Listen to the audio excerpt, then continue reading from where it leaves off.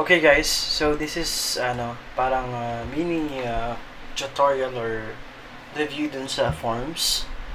So we will start first dun sa wait lang na close ko yung yung course part 2. So basically we will talk about the forms first. So last time na pag-usapan natin na yung forms, ito yung parang gumagawa ng mga registration form, login form. So it depends dun sa purpose. So basically, meron tayong 4 na or 5 building blocks ng forms. Yung form, yung field set, yung label, legend, tsaka input. Nag-start ang form typically sa form mismo. Actually, before you put anything else like input tags and text, kung ano man yung password, nagsisimula ka lagi sa form. Typically sa PHP tsaka sa ibang language, nilalagyan talaga siya ng method. It's either get or post. At meron din action. Yung action, kung saan siya, kung anong form or kung anong code na magpa-function magpa-process ng specific submission ng form mo, kung anong gagawin doon, kung i-direct mo sa database or may gagawin something about sa form na yan. Action.php. So it depends dun sa file. Pero for now, kahit wala to mga to, just a heads up lang na meron ganito na nag-exist in the future. Okay? But nag-start lagi tayo sa form. So let's talk about the legend. Actually yung field set, ito yung parang nag-group ng elements. Sample ng field set is like this. Nakikita nyo itong itong box na to. Ito yung field set. So yung field set, something like ganito siya. Ayan. I-wrap mo yung parang, ang ginagawa kasi ng field set, ginugroup na yung specific elements.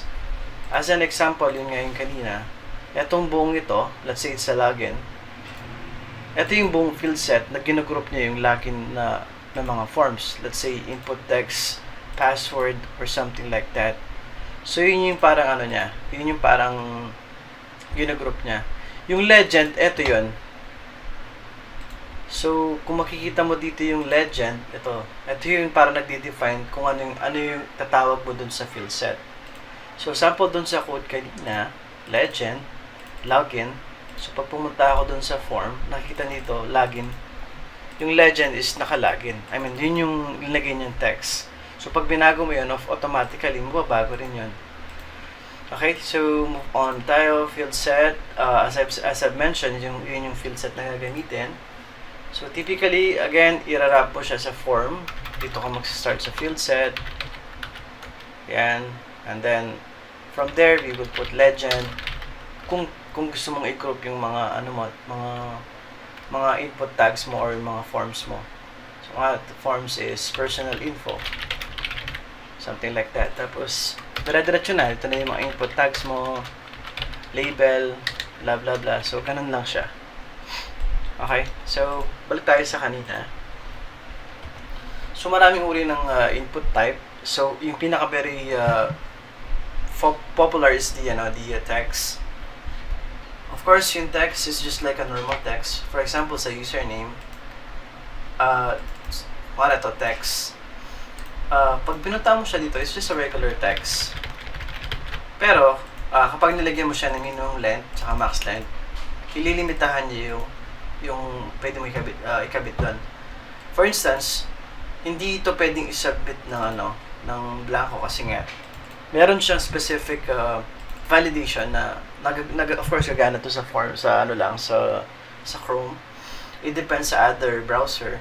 So minimum length is 1 and then max length is 5. So that means hindi ka makakapag-type more than 5. At kailangan meron din siyang form. Meron siyang 1. Meron siyang specific na sinusundan. Again, yung password, of course, obviously password is just parang a series of dot. I believe pwede mo ito i-customize sa CSS, pero just know that password is It's like a dot, dot, dot. Yung iba alam ko sa Firefox, malaking dot. So, I don't know sa Safari. But so far, just remember password, hindi niya ipapakita yung text. Actually, if you want to check yung pwede mo siyang baguhin sa incognito. So, as I mentioned, actually, dinel mo na to last time. So, tinignan ko yung password. As you can see, you cannot see the text. But, pag in-inspect mo siya, ito yung password, di ba? So, pag pinalitan ko to ng text,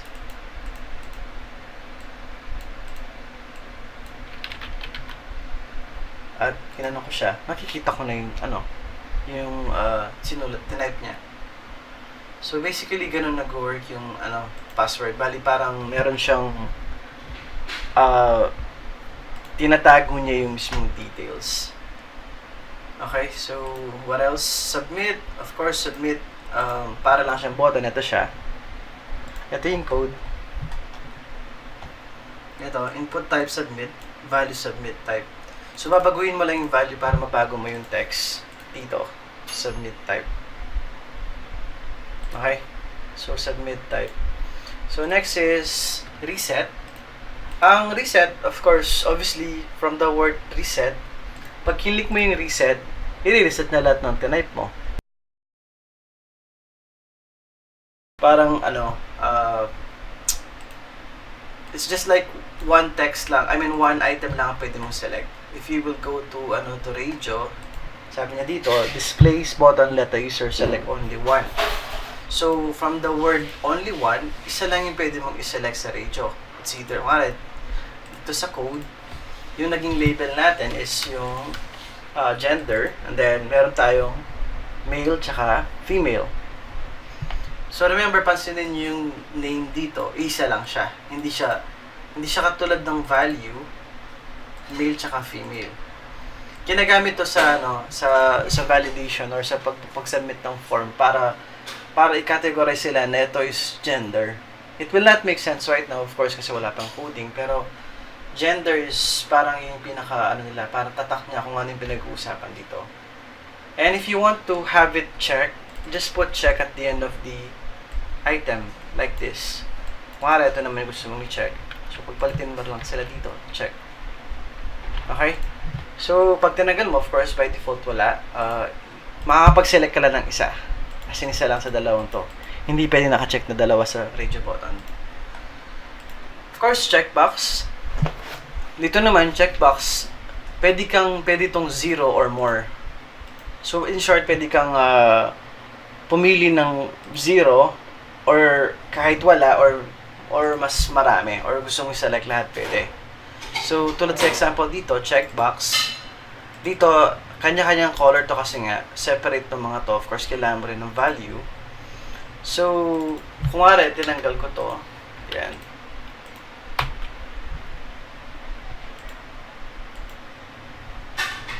So, kanina, wait, yun pala yung naging dahilan, bakit hindi siya bakit hindi siya na-reset. So, yun nga, when it comes to checkbox, kailangan talaga ng lagyan ng value isa-isa. Tapos, makakapag-select ka ng more than once. Actually, pwede mo silang i-select lahat. Again, if you want to put something check dito, check mo na lang dyan. Then, automatically, matcha-check siya. By default, okay? Next is, siguro, input type, button. So, input type, paros submit lang siya eh. Yung input type tsaka yung mismong button, pare-pares lang. Pero madalas, kapag button, ginagamit din siya sa JavaScript, ganun. Same thing din naman siya. Actually, babaguhin mo lang yung dito. Ito, button lang, and then value rin siya. Almost the same as submit. Nothing serious. Nasa preference mo lang kung anong gagamitin mo. Color, of course, it will just show you a color picker. Yan. Kaya lang, it will vary dun sa sa browser. Hindi ito gagana sa lahat. So, like, if I search, can I use Ano kasi yun? Color picker. Nga ba? Input type color. Input type color.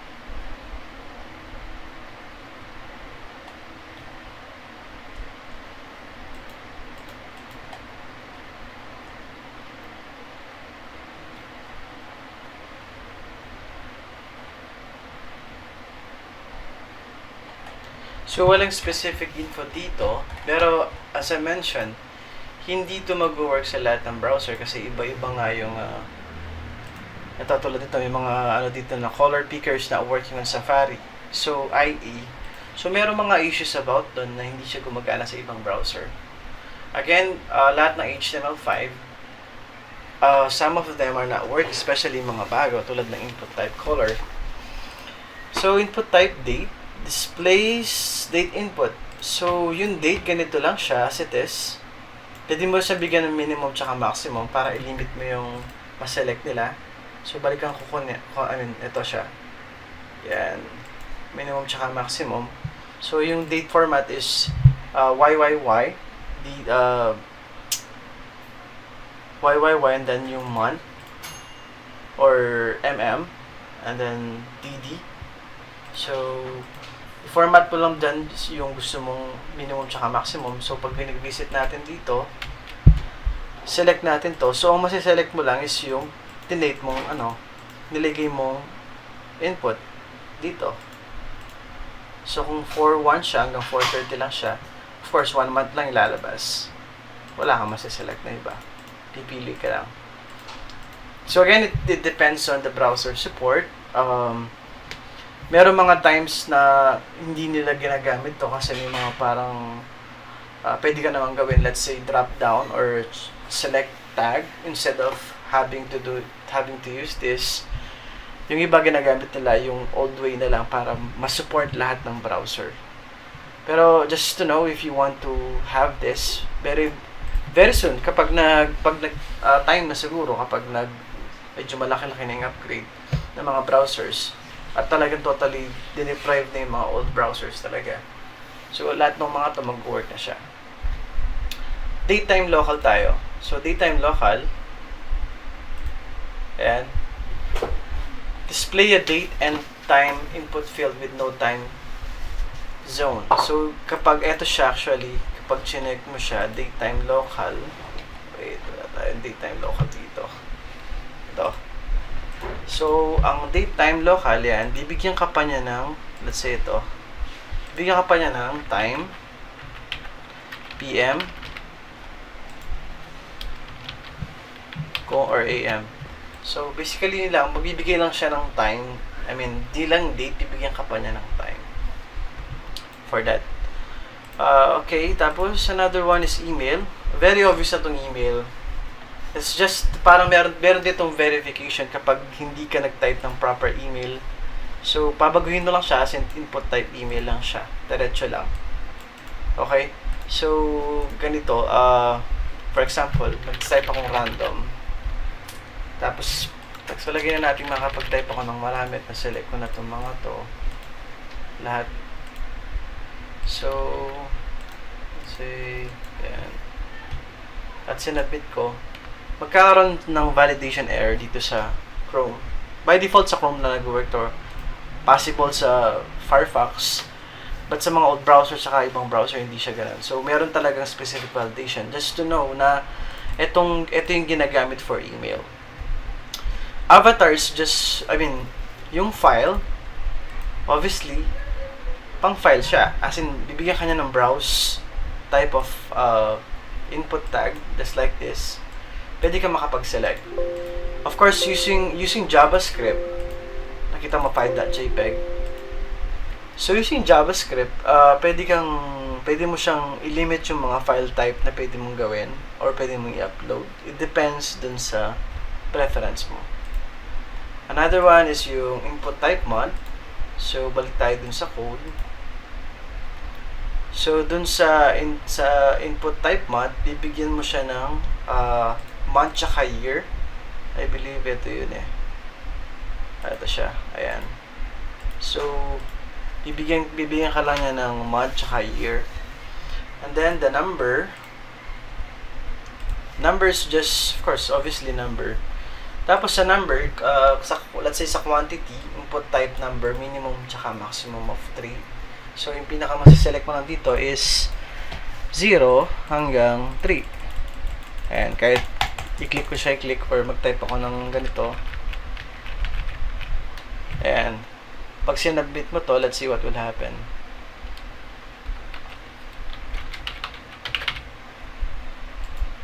Ayan, bibigyan ka na ng error. Okay, so what else? Range. Input type range. Ito yung parang bibigyan ka niya ng range from 0 to maximum of wait lang, check natin yung wala yata tayo dito ng 1 second. Check natin. Ito. So sa range, basically bibigyan ka niya ng range of numbers na pwede mong i-select. Pero hindi siya in a way na para input. It will work just like a slider. Madalas ini-implement itong range na to sa sa JavaScript kasi minsan kasi kailangan mo talaga siya kasi nga tingnan mo slider ito, hindi siya typical na form. So if you will actually inspect this element, wait, range.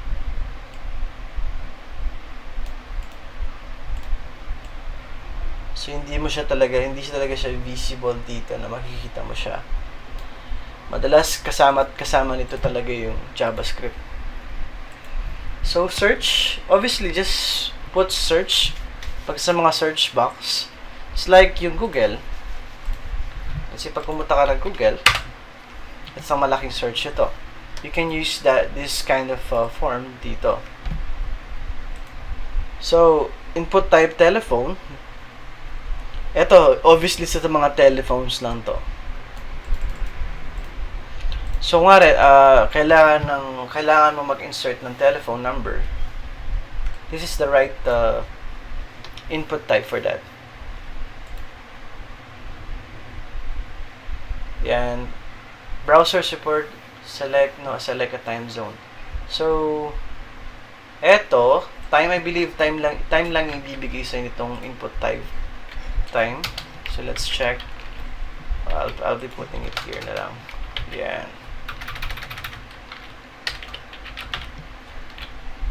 So pag binisit natin siya dito, ayan, obviously time, PM. So ito siya. Bibigyan ka lang niya ng time. URL, obviously pag nagkailangan talaga na mag-insert ng URL, just put that input type. Week, bibigyan ka lang niya ng weekly and year. So let's check that out here.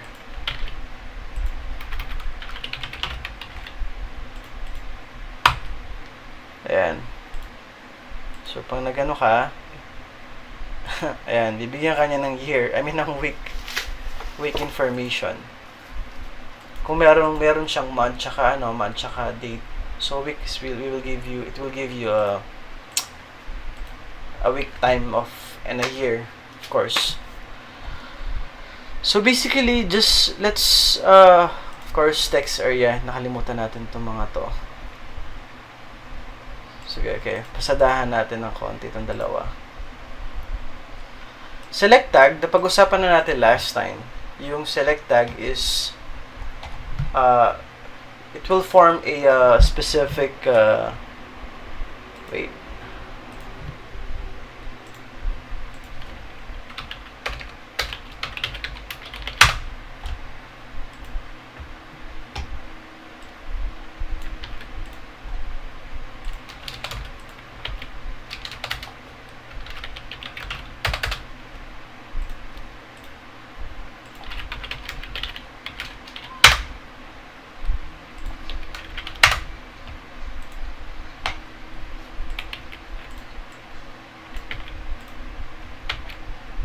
Okay, pag-usapan natin tong dalawa. Yung select, basically it's just a drop down. Kailangan mo nang i-wrap ito ng select tag, and then meron option. Yung value will be the same as the text. Or kung mas mahaba siya, let's say it's a country, let's say USA, instead of typing United States of America sa value, isn't it mas maganda siya kung ganito siya? Instead of typing ganito, ito lahat. Ganyan. Pwede naman siyang i-shortcut. Pero typically, kung malilit lang naman yung mga names ng mga items mo, pwede na yung mag-work yung ganito. So, make sure yung mga values mo, ano lang sila, maliliit na text. Kasi yun yung i-insert mo dun sa data mo or sa database mo pag nagsubmit ka na. So, each option will just be an option value. May closing din siya, option tag, and then yung item sa loob. Then, closing tag na select. Text area is a different thing. Bali, yung text area, ito na yung parang nagtatype ka ng maraming text. Just like in Facebook, pag nagsasubmit ka na sasubmit ka ng nung post update mo, typically text area ang ginagamit doon. So, kung ano itsura ng text area, mas malaki siyang area na ganito. Merong part ng CSS na pwede mong i-customize to na hindi siya mag-iframe or maging fit siya. At pinapakilaman mo yung rows niya through this rows and column. So, kung gusto mo siyang pahabain, gawin mo itong 100. Ayan. Kung gusto mo naman siyang palaparin, ayan. So, ganyan. So, yan. Pwede ka mag-type dyan. Ayan. I'm not sure if mag-work yung minimum dito. Alam ko pwede siyang min, let's say, subukan natin min length. Let's say, 20 or 5 na lang para mabilis. Max 10. Let's see. Hindi ako sure kung max siya or ano. Pero let's see. Ayan, mag-work siya. Nag-work siya dun. So, hanggang text na siya. Nag-work siya dito kung gusto mo i-limit yung number na pwede nilang i-text to min length and max length. Just like you do on the regular input type text here. Okay, so yun lahat ng mga input tags sa forms. So, just remember kung ano yung mga i-review nyo na lang itong video na to kung sakaling may question kayo. So, yung gagawin nating problem is ito. So, basically, it's just a basic form, just like creating a new Apple ID. Button lang to, tapos username. I believe naglagay ako dito ng restriction.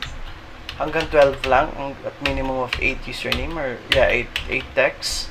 Password, kayo na rin bahala dito, pero minimum ang password typically is 6 text or 8 characters hanggang 12.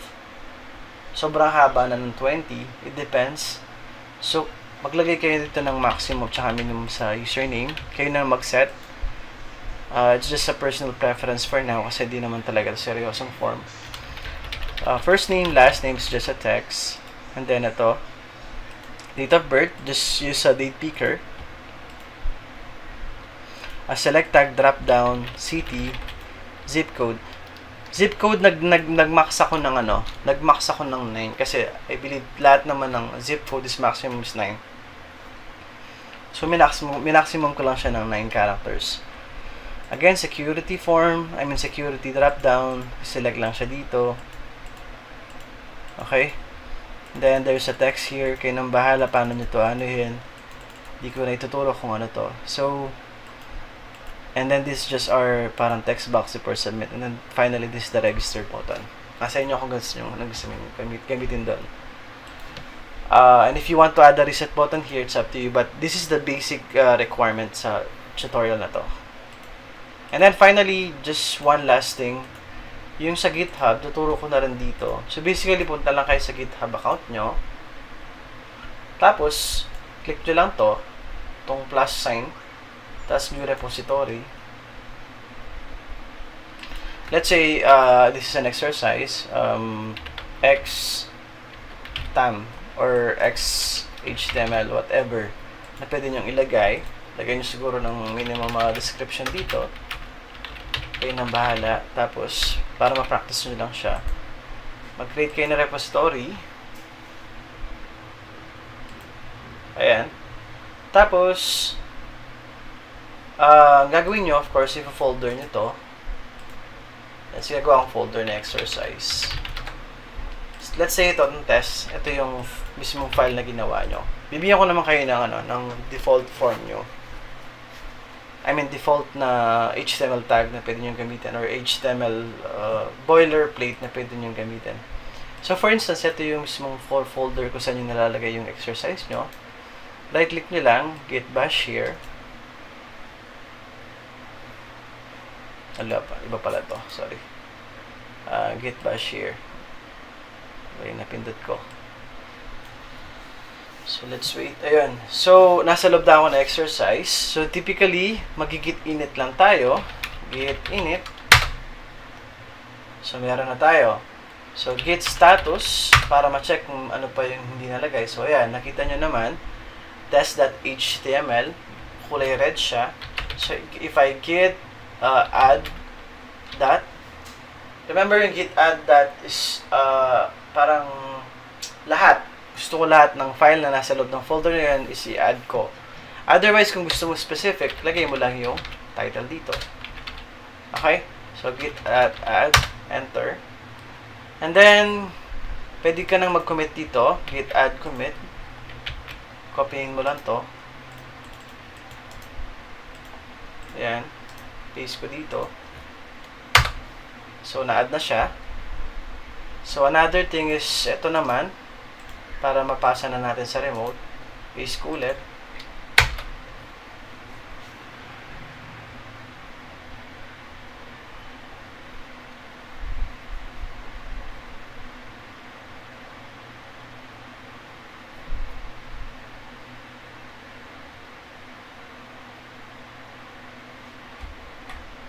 Ay, tapos na pala siya. Ayan. Kailangan nating mag-push niyan. Ipa-push na natin sa mismong repository natin. Kakopy ko yun.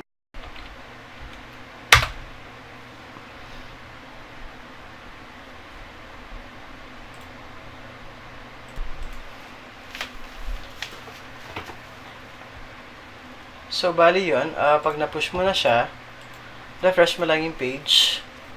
Ayan na. Ito na siya. Makikita mo naman siya dito nun. Okay, so that's how you do it on Windows. Siguro send na lang akong separate file para sa Mac. So, isi-send ko na lang yung nito. So, just remember kung paano yung formatting nito. Tsaka yung mga text. Simple lang naman siya kahit type nyo lang siya.